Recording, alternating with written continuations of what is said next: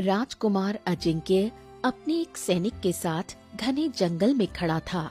चारों ओर सन्नाटा था और हवा में रहस्यमयी ठंडक घुली हुई थी। हाँ, आज तो सारा दिन जंगल में यूं ही शिकार के खोज में गुजर गया, लेकिन एक भी मनपसंद शिकार नहीं मिला। सैनिक, अब हम जंगल की गहराई में जाएंगे, वहीं जाकर असली शिकार मिलेगा। चलो। मगर राजकुमार, जंगल की गहराई में जाना मना है। क्या आपको पता नहीं, वो एक रहस्यमयी जंगल है। वर्षों से जो भी वहां गया है, राजकुमार, कभी कभी वापस नहीं आया। मैं तो कहता हूँ कि हमें यहाँ से लौट चलना चाहिए। बकवास मत करो। क्या तुम हमें डरपोक समझते हो क्या?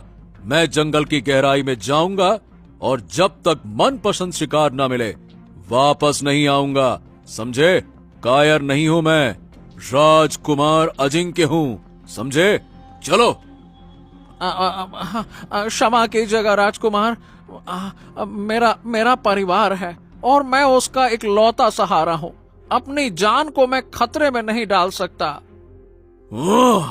मुझे पता नहीं था कि तुम इतने कायर हो। दफा हो जाओ मेरी आंखों के सामने से, इससे पहले कि मैं तुम्हारा सर धड़ से अलग कर दूं। जाओ यहां से, जाओ। सैनिक भयभीत होकर नजर झुकाता है, घोड़े पर सवार होता है और वहां से चला जाता है। राजकुमार अजिंक्य अकेला अपने घोड़े को लेकर जंगल की गहराई में उतरता चला गया।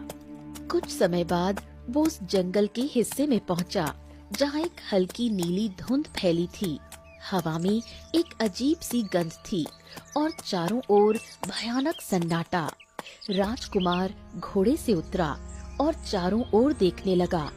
तभी उसकी नजर एक वृक्ष के पीछे खड़ी एक पत्थर की मूर्ति पर पड़ी। ये क्या?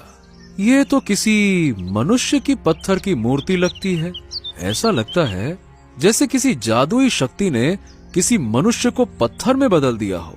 ओह, तो इसका मतलब यही है कि जो भी इस जंगल में आता है वो पत्थर बन जाता है, इसीलिए कोई लौट नहीं पाता। अचानक राजकुमार के सीने में एक तेज जलन उठी। उसे प्यास लगने लगी। वो इधर उधर देखने लगा और उसे थोड़ी दूर पर एक तालाब दिखाई दिया। वो धीरे धीरे कदम बढ़ाते हुए तालाब के पास पहुंचा। उसने देखा तालाब के किनारे कई मनुष्यों की पत्थर की मूर्तियां खड़ी थीं।